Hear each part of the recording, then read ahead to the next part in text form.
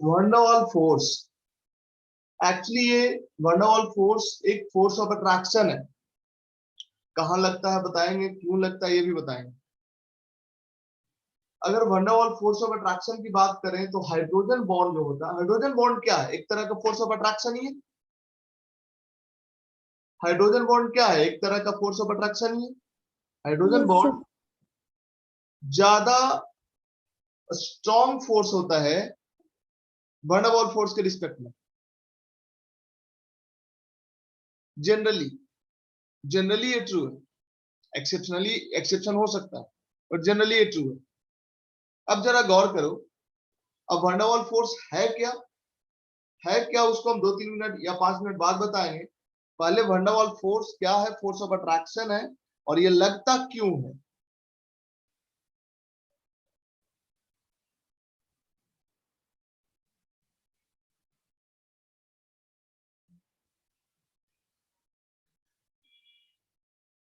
Van der Waals force of attraction directly proportional होगा molecular mass के या मोलिकुलर वेट के, और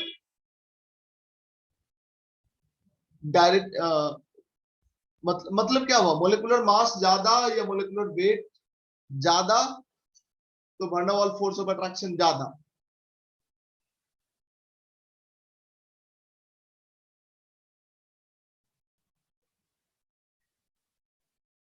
और डायरेक्टली प्रोपोर्शनल होगा सरफेस एरिया के।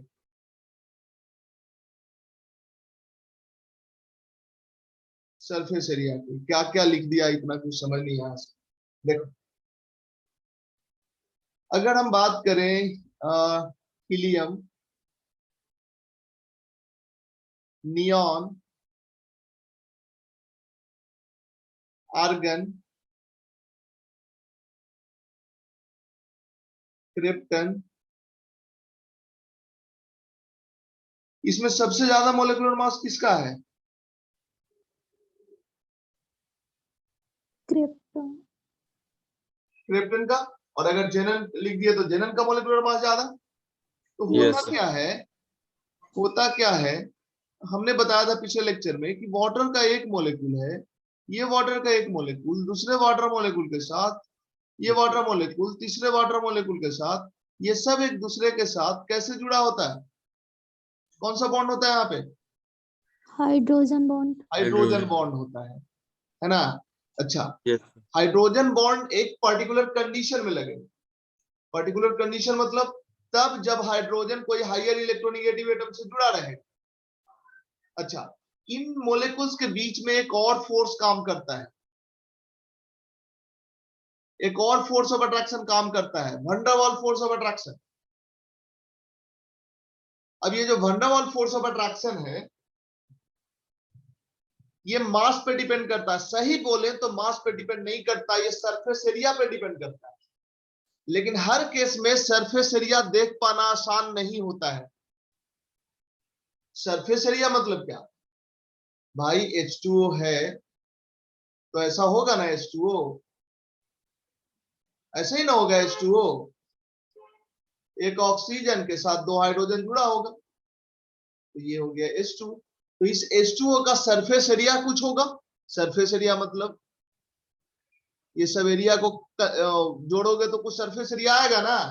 जिस मोलेकुल के पास सरफेस एरिया ज्यादा होता है उसमें वंडरवॉल फोर्स ऑफ अट्रैक्शन ज्यादा होता है। लेकिन सरफेस एरिया जोड़ पाना हर केस में आसान नहीं होता है, और जनरली मोलेकुलर मास जिसका ज्यादा होता है सरफेस एरिया उसका ज्यादा होता है। इसलिए हम लोग सरफेस एरिया ना देके क्या देखते हैं, मोलेकुलर मास। मोलेकुलर मास जिसका ज्यादा वंडरवॉल फोर्स उसमें ज्यादा। और अगर किसी किसी केस में मोलेकुलर मास सेम हो जाए तो फिर और कोई ऑप्शन हमारे पास नहीं बचता है सरफेस एरिया देखने के बजाय। तो वैसे केस में सरफेस एरिया कैसे देखेंगे हम जानेंगे आगे।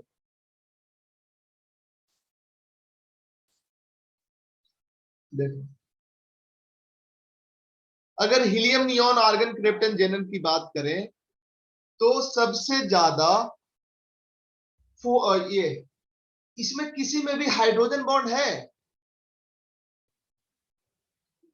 No sir. नहीं है हाइड्रोजन बॉन्ड, लेकिन इंटरमोलिकुलर फोर्स ऑफ अट्रैक्शन होगा। कौन वाला होगा? हाइड्रोजन बॉन्ड तो नहीं है, wonder Waals force of attraction होगा।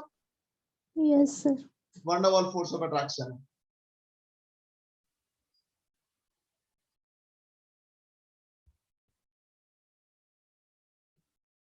फोर्स ऑफ अट्रैक्शन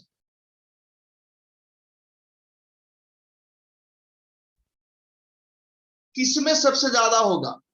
उसमें सबसे ज्यादा होगा जिसका मोलर मास ज्यादा। Yes, sir. मोलर मास किसका ज्यादा? मोलर मास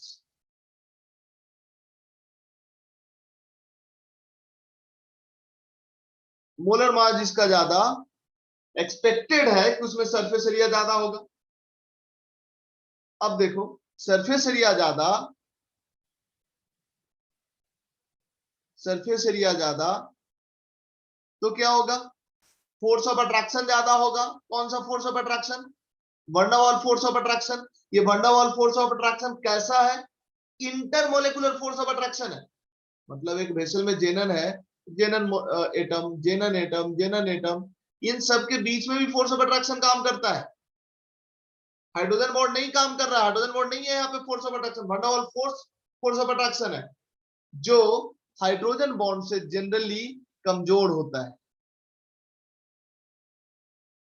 तो सरफेस एरिया एक जेनन का ज्यादा, तो फोर्स ऑफ अट्रैक्शन किसमें ज्यादा? इंटरमोलिकुलर फोर्स ऑफ अट्रैक्शन किसमें ज्यादा? जेनन में। या बोलो van der Waals force of attraction, van der Waals force of attraction ज्यादा जेनन में। बॉइलिंग पॉइंट किसका ज्यादा होगा? वर्षा बताओ। बॉइलिंग पॉइंट उसी का ज्यादा होगा, जेनन का। जेनन का। जेनन का बॉइलिंग पॉइंट ज्यादा होगा। क्यों? क्योंकि जेनन मॉलिक्यूल एक दूसरे को ज्यादा टाइटली अट्रैक्ट किए हुए हैं। तो अगर ज्यादा टाइटली अट्रैक्ट किए हुए हैं और ये लिक्विड है, इसको गैस बनाना है, तो एनर्जी ज्यादा ना देना पड़ेगा। तब ये बॉन्ड टूटेगा, तब ये बॉन्ड टूटेगा, तब ये बॉन्ड टूटेगा और जेनन अलग अलग होकर उड़ जाएगा। Yes, sir. इसका मतलब जिस मोलेकुल में इंटरमोलिकुलर फोर्स ऑफ अट्रैक्शन ज्यादा, उसका बॉइलिंग पॉइंट ज्यादा। अब इंटरमोलिकुलर फोर्स ऑफ अट्रैक्शन हम दो देख लिए। एक देख लिए हाइड्रोजन बॉन्ड और एक देख लिए वंडर वाल फोर्स। तो मोलेकुल में सबसे पहले क्या देखना? हाइड्रोजन बॉन्ड, क्योंकि हाइड्रोजन बॉन्ड का स्ट्रेंथ वंडर वाल फोर्स से ज्यादा होता है। हाइड्रोजन बॉन्ड नहीं है तो वंडर वाल फोर्स देखेंगे और उसके बेसिस पे बॉइलिंग पॉइंट डिसाइड करेंगे। अभी तक हमने ये नहीं बताया है कि वंडर वाल फोर्स लगता क्यों है, बट कब लगेगा, किस केस में ज्यादा होगा wonder Waals force of attraction, ये हम बता चुके हैं। तो अब इस पे हम कुछ क्वेश्चंस देखते हैं।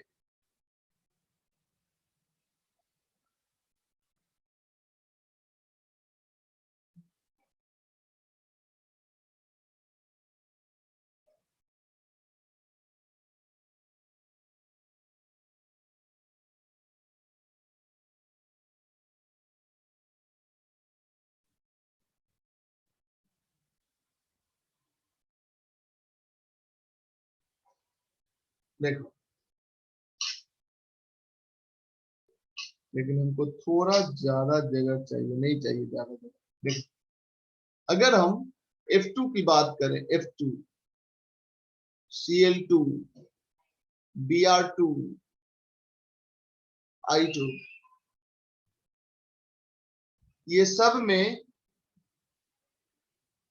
किसका मोलर मास ज्यादा? I2 का। I2 का मोलर मास ज्यादा। मोलर मास I2 का ज्यादा, तो wonder Waals force of attraction किसका ज्यादा?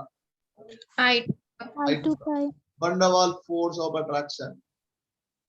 बॉइलिंग पॉइंट किसका ज्यादा? I2 का है। I2 का ज्यादा boiling point. Boiling point I2 का ज्यादा, यही वजह है कि रूम टेम्परेचर पे जो फ्लोरीन होता है ये गैस होता है, ये भी गैस होता है, ये क्या होता है, लिक्विड होता है, और ये क्या होता है, सॉलिड होता है रूम टेम्परेचर पे। रूम टेम्परेचर पे ये सॉलिड है, इसका मतलब इसका बॉइलिंग पॉइंट ज्यादा है। रुको यस सर। फिर से हम बता रहे हैं, रूम टेम्परेचर पे ये दोनों का दोनों गैस है और ये लिक्विड है। क्यों ये लिक्विड है? क्योंकि 25 डिग्री सेल्सियस जो कि रूम टेम्परेचर है उससे ज्यादा इसका बॉइलिंग पॉइंट है, तभी ना 25 डिग्री सेल्सियस पे ये लिक्विड है, और ये दोनों का बॉइलिंग पॉइंट 25 डिग्री सेल्सियस से कम है, और यही वजह है कि 25 डिग्री सेल्सियस पे ये दोनों का दोनों गैस है। तो रूम टेम्परेचर पे ये गैस होता है, ये भी गैस होता है, ये लिक्विड होता है, और ये सॉलिड होता है। अब इस चारों गैस का कलर, हालांकि अभी कलर का जरूरत नहीं है, लेकिन अगर फिर भी याद रखो तो अच्छी बात है। फ्लोरीन का कलर येलो होता है, क्लोरीन का कलर ग्रीनिश येलो होता है, ब्रोमीन गैस का कलर ब्राउन होता है या रेडिश ब्राउन, आयोडीन का कलर वायलेट या पर्पल ये होता है। अभी इसका जरूरत नहीं है, लेकिन 12th में जाओगे तो ये कलर भी तुमको याद करना पड़ेगा। इसके बाद आते हैं, अगर हम तुमसे पूछें इस दोनों में किसका बॉइलिंग पॉइंट ज्यादा, उत्कर्ष सर बताएगा।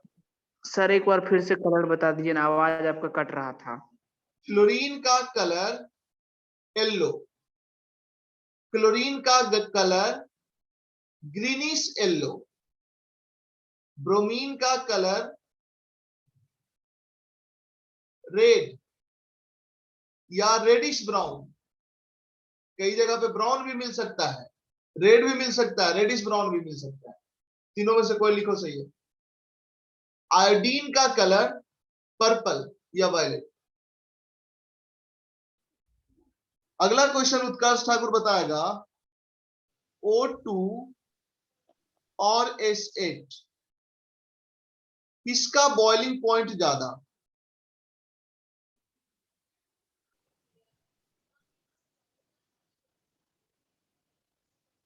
उत्कर्ष सर S8 का, सर S8। S8 का।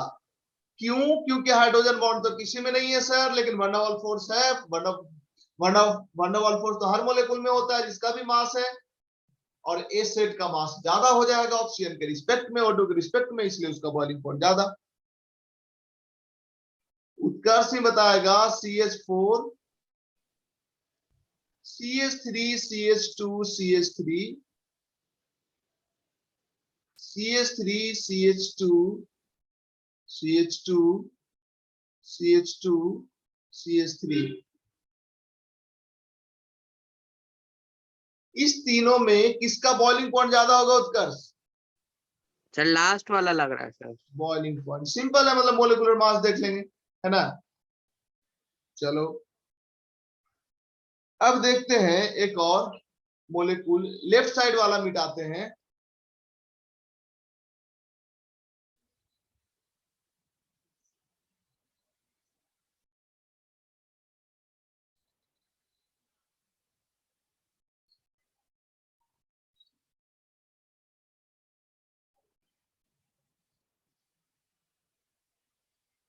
देखो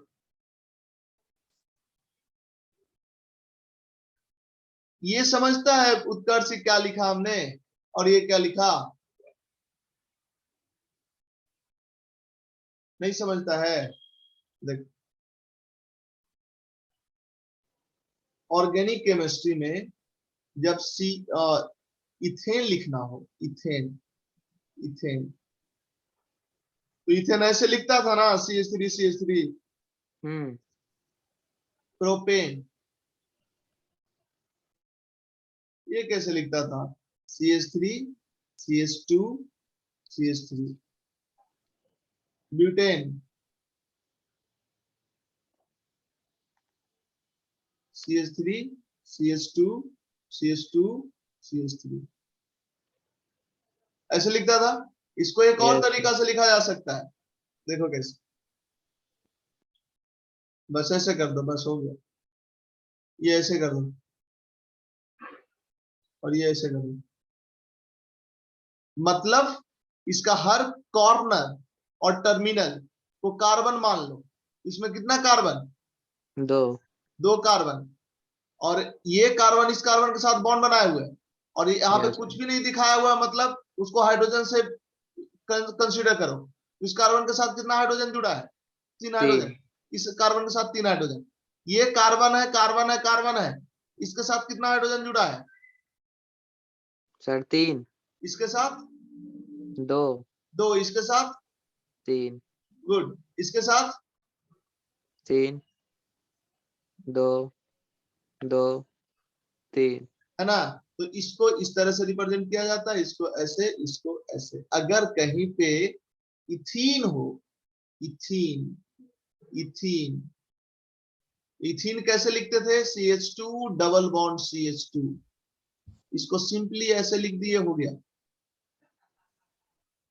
ये कार्बन है, ये कार्बन है, और दोनों कार्बन के बीच में डबल बॉन्ड है।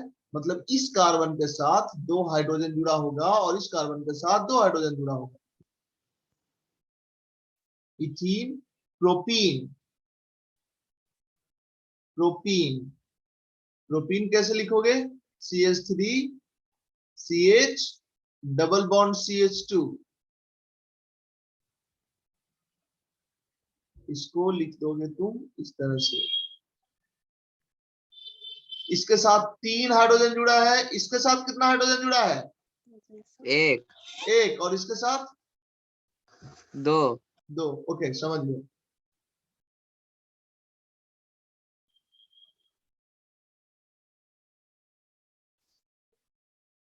देखो, अगर हम लिखें 1 2 3 4 5, ये पेंटेन है, यस सर। ये है पेंटेन।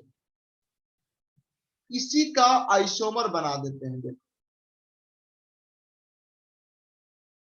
1 2 3 4।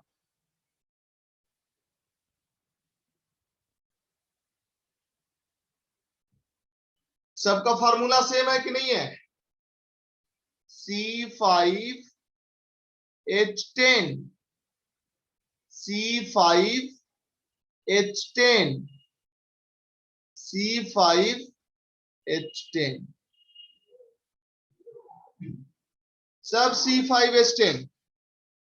सबका मोलेकुलर मास तो सेम हो जाएगा। हाइड्रोजन बॉन्डिंग किसी में नहीं, क्योंकि किसी में हाइड्रोजन FON के साथ नहीं जुड़ा है। तो सर बताओ। ये जो आप थर्ड वाला बनाए इसमें कैसे होगा? सर पहला वाला में 12 आ रहा है सर। ये अच्छा, 1 मिनट, श्रेयसी इसके बारे में पूछ रही है? नहीं सर, जो नीचे बनाए हैं थर्ड वाला, अच्छा, इसमें ये वाला। हाँ C5H10 कैसे हुआ? हाँ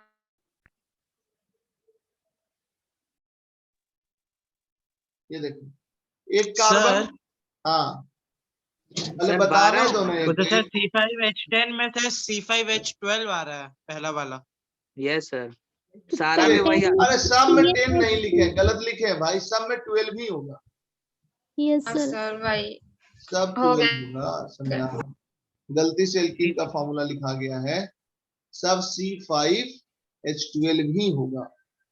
C5H12। एल्केन का फार्मूला होता ना CnH2n+2। यस यस सब सर। एल्केन है। C5H12, C5H12 सब में सेम है। अब देखो कैसे देखेंगे किसका बॉइलिंग पॉइंट ज्यादा? मोलेकुलर मास से नहीं पता चला। अब हमको क्या देखना पड़ेगा? सरफेस एरिया देखना पड़ेगा, और कोई ऑप्शन नहीं हमारे पास। सरफेस एरिया कैसे देखेंगे वो देखो।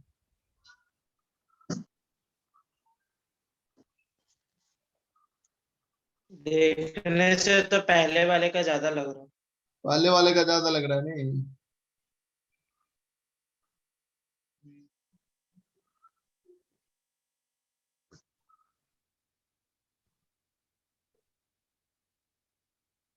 पहले वाले का सरफेस एरिया ज्यादा लग रहा है इसको, आयुष को। है भी पहले वाले का ज्यादा, कैसे समझेंगे ये समझ। गीली मिट्टी ले लो, गीली मिट्टी, और उसका क्या करो ना, क्यूब बनाओ। फिर क्या करो, उस क्यूब का सरफेस एरिया मेजर कर लो। कैसे सरफेस एरिया मेजर करेंगे क्यूब का? 6 साइड साइड का लेंथ वगैरह मेजर करके किया जा सकता है। क्यूब का हम्म। सरफेस एरिया मेजर करो, उसके बाद उतनी ही मिट्टी से क्यूबॉइड बनाओ, उसका सरफेस एरिया मेजर करो। उतनी ही मिट्टी से प्रिज्म बनाओ, उसका सरफेस एरिया मेजर करो। उतनी ही मिट्टी से स्फेयर बनाओ, उसका सरफेस एरिया मेजर करो। सबसे कम सरफेस एरिया स्फेयर में आएगा। तुम सोच सकते हो स्फेयर क्या है, कॉम्पैक्ट है एकदम। तो स्फेयर में चूंकि सबसे कम सरफेस एरिया आएगा, इस तीनों में तुमको कौन ज्यादा स्फेरिकल लगता है? लास्ट वाला। लास्ट तीसरा वन। वाला। मतलब ब्रांचिंग बढ़ने से स्फेरिकल नेचर आता है। सर बस पहला ब्रांचिंग, वाला लग रहा है कि वो फैला हुआ है ज्यादा। हाँ वही बात कर रहे हैं। तीसरा वाला लग रहा है कि एकदम कंसंट्रेटेड है ना, मतलब सब कुछ, मतलब कम एरिया में। कम एरिया में है, कम सरफेस एरिया है इसका। तो जिस मोलेकुल में ब्रांचिंग ज्यादा होगा, ब्रांचिंग ज्यादा मतलब यहाँ पे देखो, यहाँ पे ब्रांचिंग ज्यादा है, यहाँ पे एक लाइन पे है बस, यहाँ पे लाइन पे है और एक ब्रांचिंग है, यहाँ पे कई सारा, एक लाइन पे हुआ और 2 ब्रांचिंग है। तो ज्यादा ब्रांचिंग होने से सरफेस एरिया कम हो जाता है, और सरफेस एरिया सर कम ये हो, कैसे आइडेंटिफाई करेंगे कि ब्रांच क्या हुआ है, मतलब ब्रांच कौन सा है और मेन लाइन कौन सा है? वो ऑर्गेनिक पढ़ेंगे ना तो पता चलेगा। जो लाइन सबसे बड़ा होगा ना उसको मेन लाइन बोलते हैं। तो इसमें तो यही सबसे तो बड़ा है, तीसरे बारे में वो चीज पता नहीं चल रहा। नहीं पता चलेगा। इसको मेन लाइन ले सकते हो या इसको मेन लाइन ले सकते हो, किसी को ले सकते हो, लेकिन अगर इसको मेन लाइन लिए तो ये दोनों ब्रांच हो जाएगा, और इसको मेन लाइन लिए तो ये दोनों ब्रांच हो जाएगा, है ना। तो हमको तो तीनों में सरफेस एरिया किसका ज्यादा किसका कम ये पता करना है। तो इसका सरफेस एरिया सबसे कम, सरफेस एरिया की बात करें तो ये हो जाएगा सरफेस एरिया, सरफेस एरिया। अगर सरफेस एरिया का ट्रेंड ये होगा तो स्टेबल, ये क्या कहते हैं, बॉइलिंग पॉइंट किसका ज्यादा होगा? पहला का ही। बॉइलिंग पॉइंट इसी का ज्यादा होगा। ठीक है, अब इसको हटाते हैं, कुछ और एग्जांपल लेते हैं।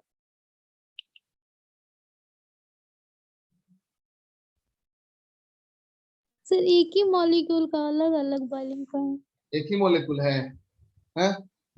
स्ट्रक्चर ना अलग अलग। आइसोमर पढ़ी थी 9th-10th में थोड़ा बहुत। सेम अच्छा, same molecular formula but different structure, वो हम समझ गए। है ना। तो डिफरेंट स्ट्रक्चर हो गया तो अलग अलग कंपाउंड हो गया ना, है ना। सेम ये कंपाउंड नहीं हुआ, सबका नाम अलग होगा, प्रॉपर्टी अलग होगा, खाली सबका कंपोजिशन सेम है। जैसे उत्कर्ष ठाकुर और आयुष शर्मा दोनों का कंपोजिशन सेम है, लेकिन प्रॉपर्टी अलग अलग है ना। किसी भी इसी दोनों का क्यों, किसी का भी, हमारा भी, और भी जितना भी आदमी सब है, सबका कंपोजिशन तो सेम ही है। 2 आंख है, 2 कान है, लेकिन फिर भी अलग है।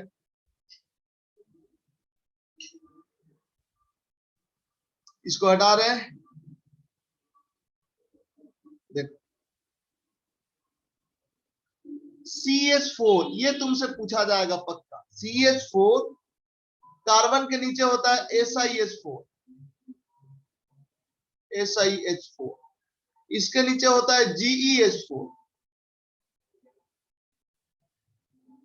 और नीचे SnH4। कार्बन के नीचे सिलिकॉन, जर्मेनियम, Sn।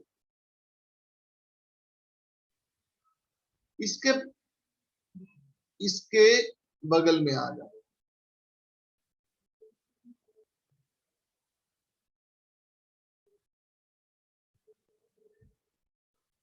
इसके बगल में अमोनिया।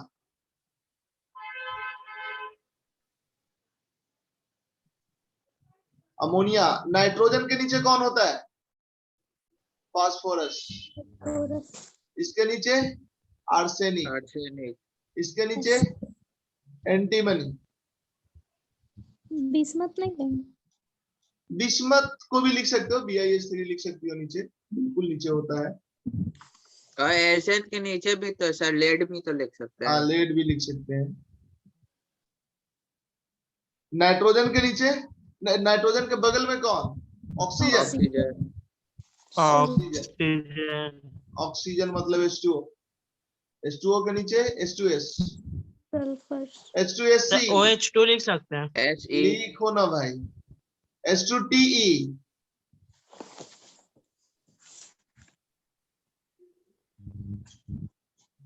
फिर HF, क्लोरीन है।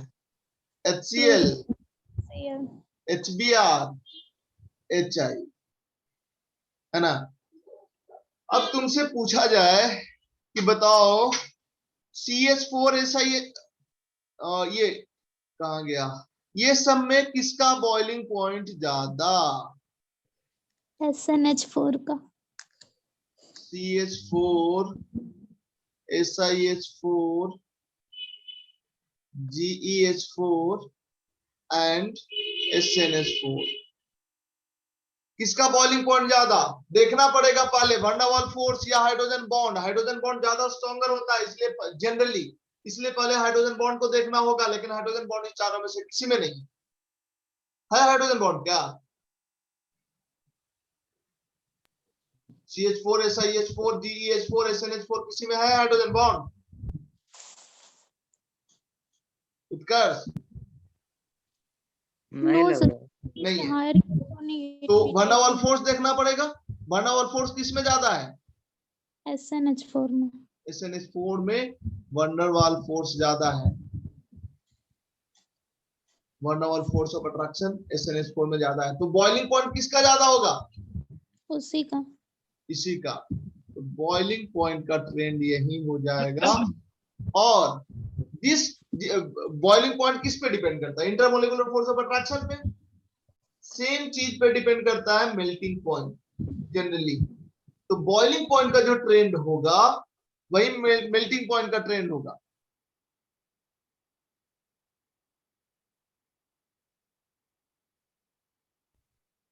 Melting point. Second, NH3 PH3 ASH3 SbH3, इस चारों में किसका मेल्टिंग पॉइंट, किसका बॉइलिंग पॉइंट ज्यादा? सबसे पहले हमें क्या देखना पड़ेगा? हाइड्रोजन बॉन्ड है किसी में या नहीं है? नहीं है। नहीं है। कहाँ है? NH किसी में हाइड्रोजन बॉन्ड है या नहीं?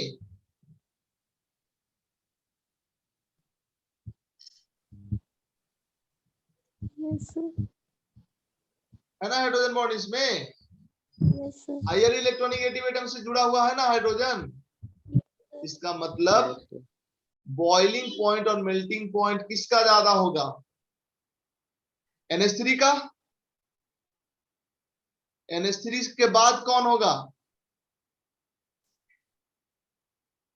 बाकी किसी में बना हुआ ये हाइड्रोजन बॉन्ड है? नहीं। क्या है? Van van der der Waals Waals. Force. तो वैन डर वाल्स फोर्स सबसे ज्यादा फिर किस में? SbH3 मतलब NH3 के बाद कौन होगा? SbH3। SbH3, then ASH3 ASH3, then PH3, PH3 है ना? ये हो जाएगा बॉइलिंग पॉइंट का ट्रेंड। और सेम हो जाएगा मेल्टिंग पॉइंट का ट्रेंड, ऐसा लगता है।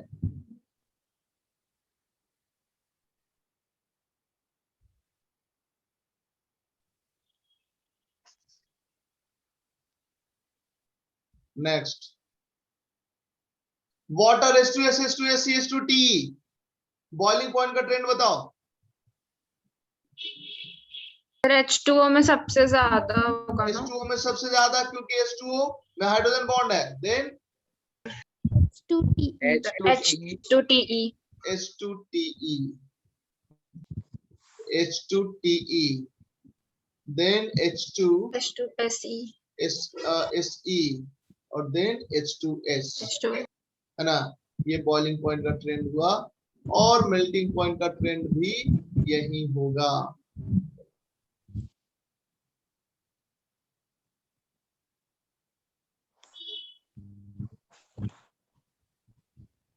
लास्ट, सबसे ज्यादा बॉइलिंग पॉइंट किसका होना चाहिए? फ्लोरीन का।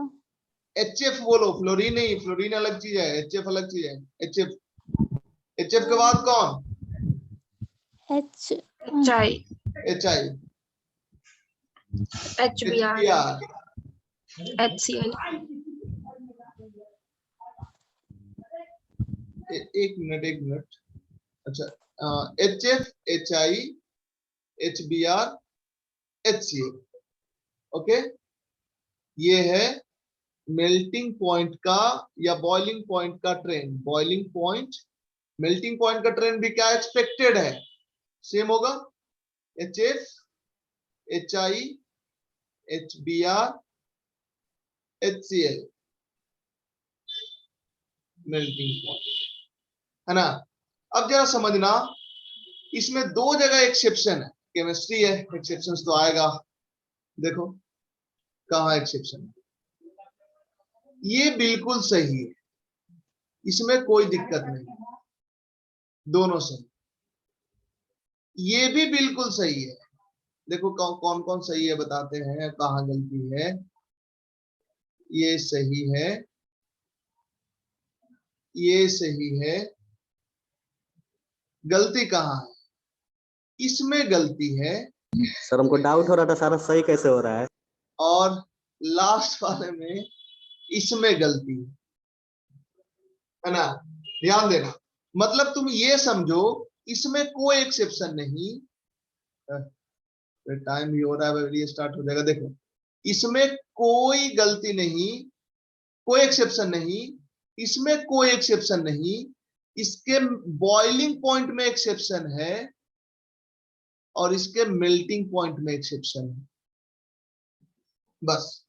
तो बॉइलिंग पॉइंट में क्या एक्सेप्शन है? जो सबसे भारी वाला मॉलिक्यूल है उसका van der Waals force hydrogen bond पे डोमिनेट कर जाता है। मतलब ये गलत है, यहां पे होना चाहिए SbH3 और देन NH3। अब सही है। सिमिलरली ये लास्ट वाले में HI होना चाहिए, इसके बाद HF होना चाहिए, बस। तो याद रखना, इसमें कोई एक्सेप्शन नहीं बॉइलिंग पॉइंट मेल्टिंग पॉइंट में, इसमें कोई एक्सेप्शन नहीं बॉइलिंग पॉइंट मेल्टिंग पॉइंट में, इसमें इसके बॉइलिंग पॉइंट में एक्सेप्शन और इसके मेल्टिंग पॉइंट में एक्सेप्शन। एक्सेप्शन क्या होगा? जो सबसे भारी वाला मॉलिक्यूल है उसका van der Waals force hydrogen bond पे डोमिनेट करेगा। अब अगर कोई इसी में BiS3 भी रखता तो BiS3 का पोजीशन कहां आता?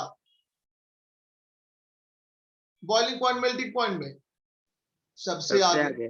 नहीं, इसमें मेल्टिंग बॉइलिंग पॉइंट में सबसे आगे। एक्चुअली इसका इतना ज्यादा मोलिकुलर मास हो जाता है कि इसका वैन डेर वाल्स फोर्स इसका हाइड्रोजन बॉन्ड पे डोमिनेट करने लगता है, जिसके कारण इससे ज्यादा इसका बॉइलिंग पॉइंट हो जाता है। याद रखना, एज एक्सेप्शन बॉइलिंग पॉइंट और मेल्टिंग पॉइंट में एक्सेप्शन है। अमोनिया वाला के बॉइलिंग पॉइंट में एक्सेप्शन है, HF वाले के मेल्टिंग पॉइंट में एक्सेप्शन है, बस। ये स्टार्ट होगा, फिर से सेम लॉगिन आईडी पासवर्ड से लॉगिन करोगे।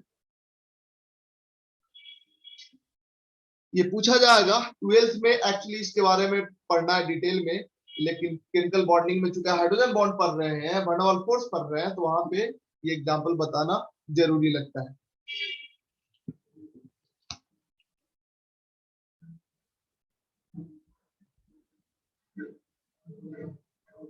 लीव करके रीस्टार्ट हम ही लोग कर देते हैं ना, इसका एंड होने का वेट क्यों कर रहा है? 2 मिनट में क्या ही हो जाएगा बताओ? अच्छा ठीक है।